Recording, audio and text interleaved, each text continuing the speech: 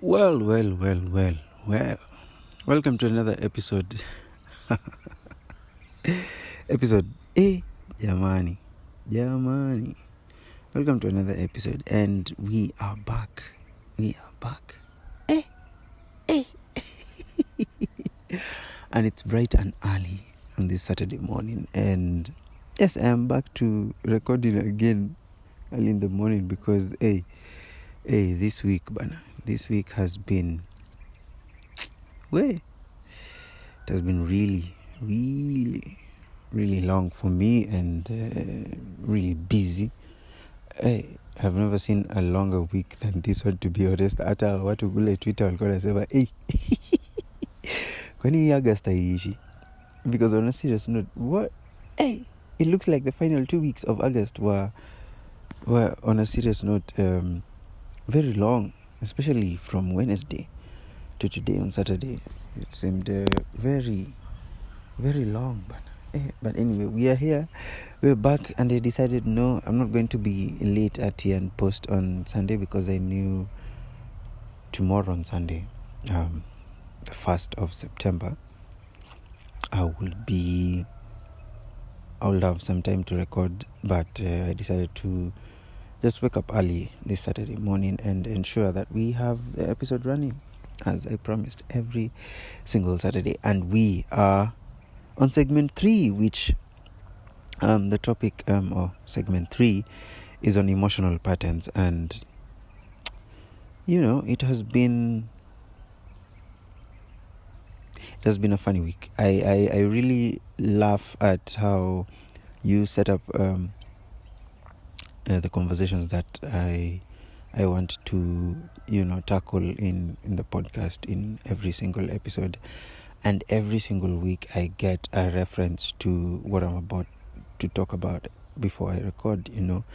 I get these experiences where you actually see the essence of what you're going to discuss. So it has been obviously an emotional week for me. Yes, men do get emotional, bwana. Hey, bwana, kwani and okay, I didn't want to bring in the gender part of it, but I think it's good to recognize that the men who actually show emotions, too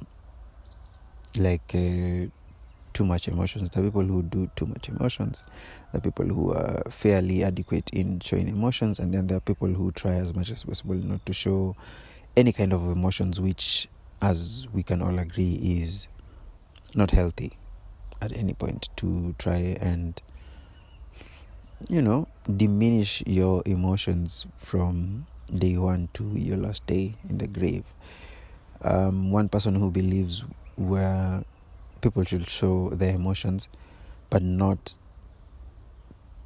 in a way that it will cost the relationships that you've built or the relationships that you're looking forward to build. Because on a serious note, it is not good to use emotions as an excuse to move away from responsibility or accountability, and it is also not good to use emotions as a way to manipulate things and not want to look at it from the logic point of view. Because if we can all be honest, I think there's been a really long battle of people just around talking about emotions and logic, and people saying, sijui women have emotions, anga sijui men use logic. I don't think it's that cut through. Like, I don't think it's that way. At men use logic, women use emotions. It just brings into that aspect of, first of all, we are all humans. So that means if somebody uses something else more, it means the other one still exists. It's just them who are not, trying to use that side of life to, justify things. And, you can try and debunk all these things that we talk about and we argue about online and everywhere else about emotions. But personally, I will say I have emotions, and there are times where you get emotional to a point you overdo things, and that is where logic should come in, both of them work together. Because to be honest, you can never know what will happen in a particular situation. You can never know it to the extent of like predicting things, and how, unless the situation is similar, but the first time you're experiencing something, you really cannot know how you'll react to it. But now here comes the banger. The banger. Once you've experienced something and you see it again, it is now in your duty, it is now your responsibility to know how to react to it, because you've seen it before. The first time can be excusable, and you can try as much as possible to try and say or use the excuse of like, this is my first time experiencing this. But the moment you see that experience or situation coming up again in your life, it can be any kind of situation, then it is in your responsibility to act as you're supposed to do. And this, I think this is where we talk about that men use logic. I think it's because of how we've been brought up. How just the world and society is formed in a way that men have to take responsibility from a young age. It has when you listen to how people interact with kids, from boys to girls, you've always heard of that statement of, hey, men don't cry. And so you're like a 4-year-old and you're wondering, hey, men don't cry. So you're looking at your dad always now and you're like, hey, but this guy does never never cries. But have you ever seen your mom cry? Well, unless you're unfortunate and you were raised in sorry to say this, but a home that was broken, so that is the only way. But most of us haven't seen our mothers shed tears, if like just natural tears and not one that is caused by inflicted pain. So I think from a young age we've learned that we as men need to be there for everyone. We as men need to show that we are there for everyone. We need to have this character in ourselves that we are somehow insufferable. And it's difficult to have even this conversation because people always wonder, and people are always complaining, especially women on the internet, of how they want men to be emotional. And I'm like, men are always there are points where you can see a man being emotional. A man standing up to his standards is from a point of emotions. If a man tells you, I do not like this, or the man is angry, that is emotion. So I don't know exactly what women want when they talk about emotions in men. But I think we show enough. There's been this talk of a lot of men being nonchalant, and I'm still trying to figure out what nonchalant means, because it still doesn't make sense to me. There are many words that we are cropping up in this world that really don't make sense to me, but I'm trying as much as possible to learn because it's a long journey. Words are being cropped up every single week. If it is not demure, it's it's nonchalant. But anyway, from a perspective of being a man who's trying to build up a character that is worthy, of that function of probably being a father and just being a brother and an elder, just taking care of people, and that whole function of being a man and understanding all these things, I've come to realize that it is better to use logic. It is better. I'm not saying emotions are not, valuable, or emotions are not supposed to be shown. But I'm just saying, show your emotions, but also show responsibility and accountability by being logic with every kind of situation that comes in. And that's why I said the first time experiencing something can be quote unquote excusable. But from there, it's for you to learn from that situation. It's for you to take up, the accountability that is needed for you to actually show that you've grown from that situation. But you staying in a particular situation or experience and seeing it come in, day in, day out, year in, year out, and you're acting the same way, I think that just proves that there are people who really do not want to do the work that comes about with all these situations that are in our lives. And emotional patterns are a really big thing to discuss. I don't think we can actually exhaust everything in one episode. But this is one topic I would really love to have a guest on, na hiyo tutapata tu very soon. So emotional patterns, to me, I will describe them as things that always show up. Like, if you see your parents or your guardian cooking chapati and you're like, yes. That emotional. Because, you get emotions from there, and you're like, yes, finally we are eating chapati. Disclaimer, I love cooking chapati, but I'm realizing as my age,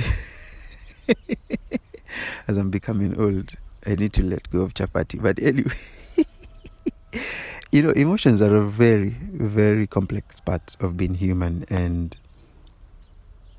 emotions also follow patterns. There are patterns to emotions, yeah?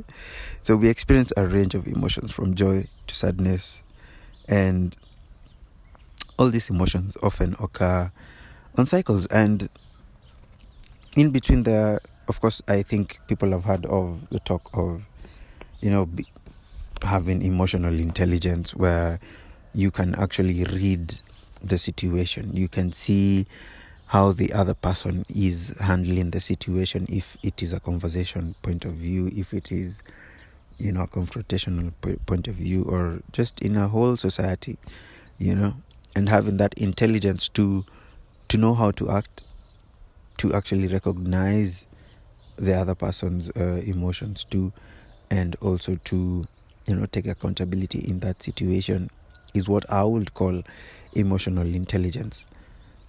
Because having intelligence means you have knowledge of, and you know how to work around situations, whereby it's not about you being selfish and saying, no, this is how I feel and this is how you people should take me.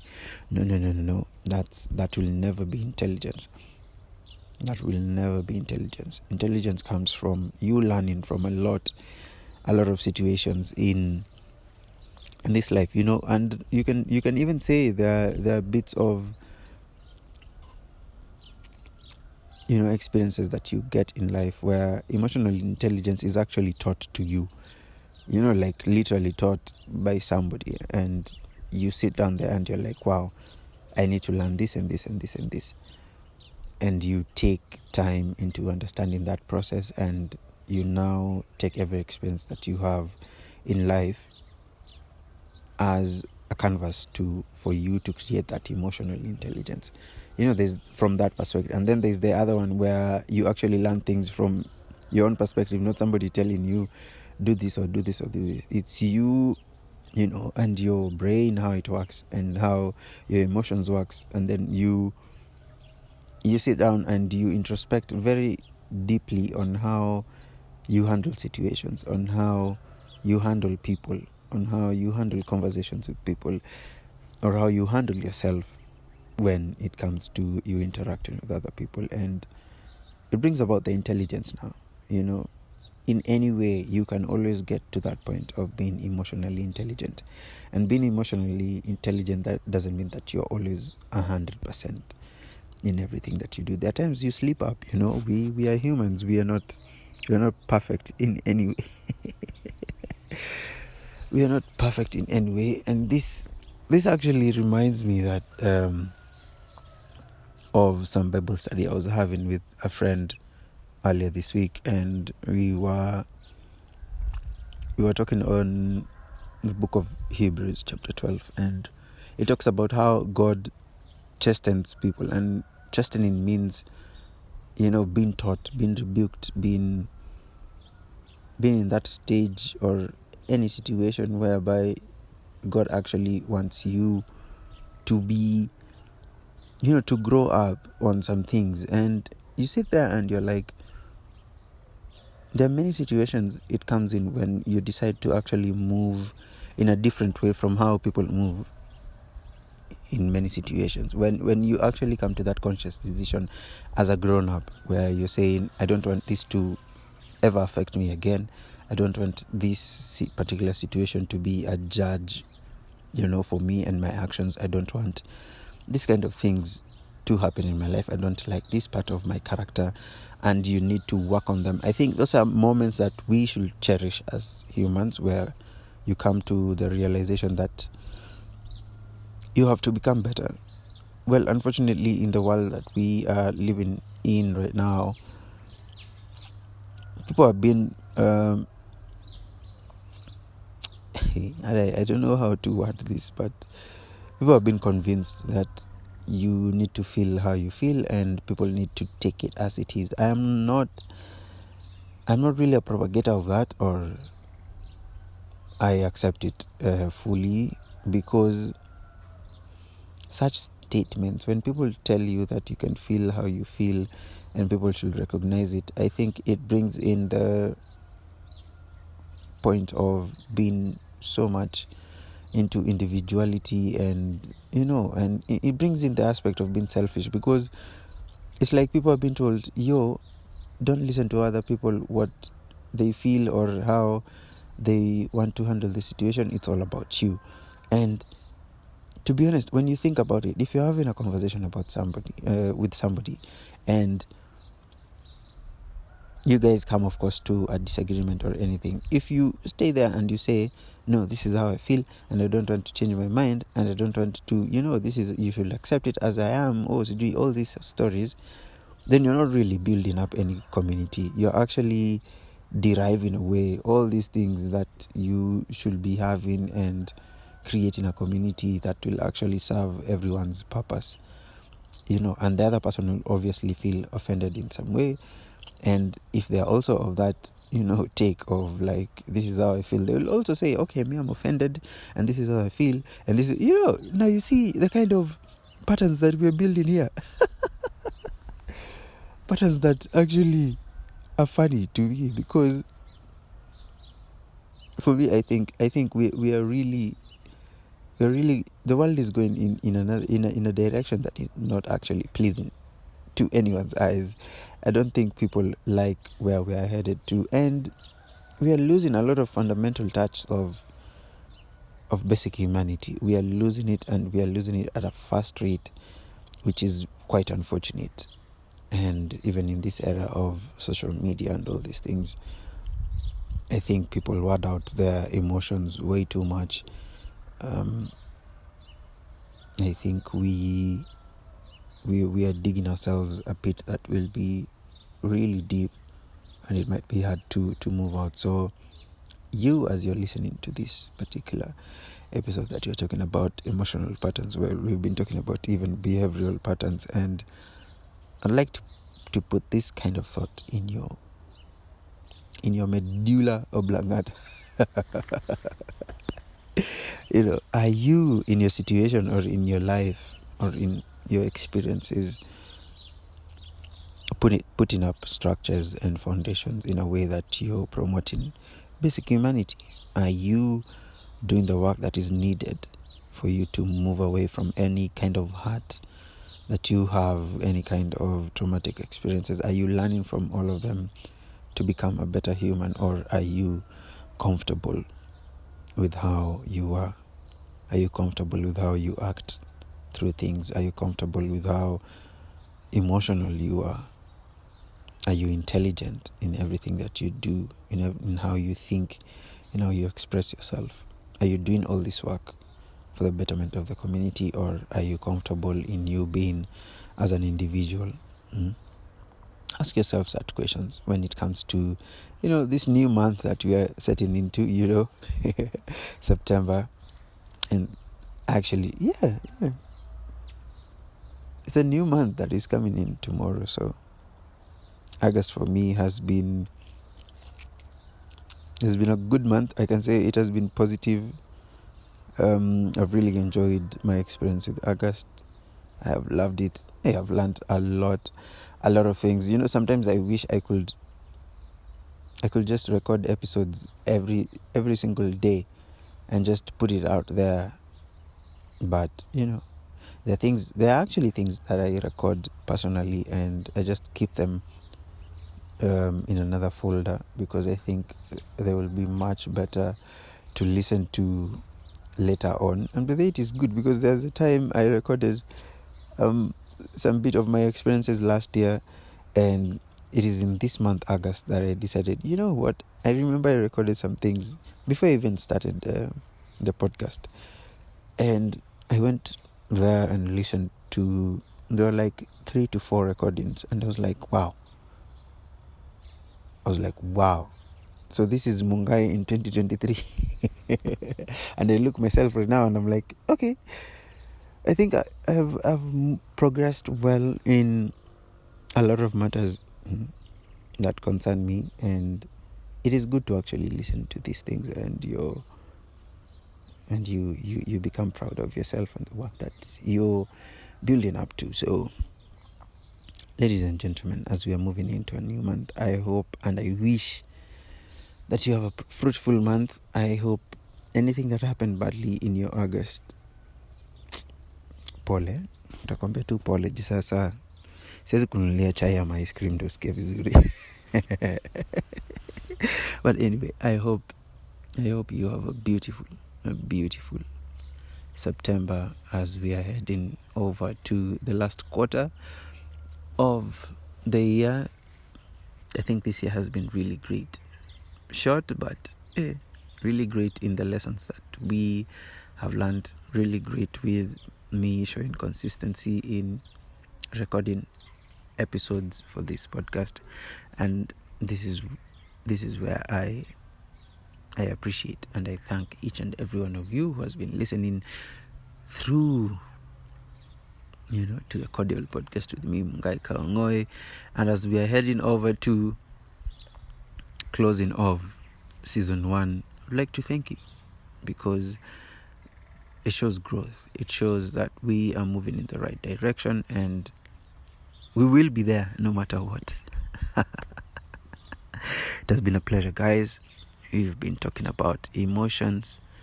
Please don't show any emotions to this episode. Please do not.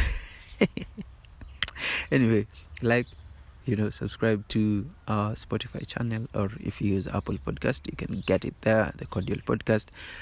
And I'm thankful for everyone who listens through. So it has been a pleasure, guys. See you when you see me.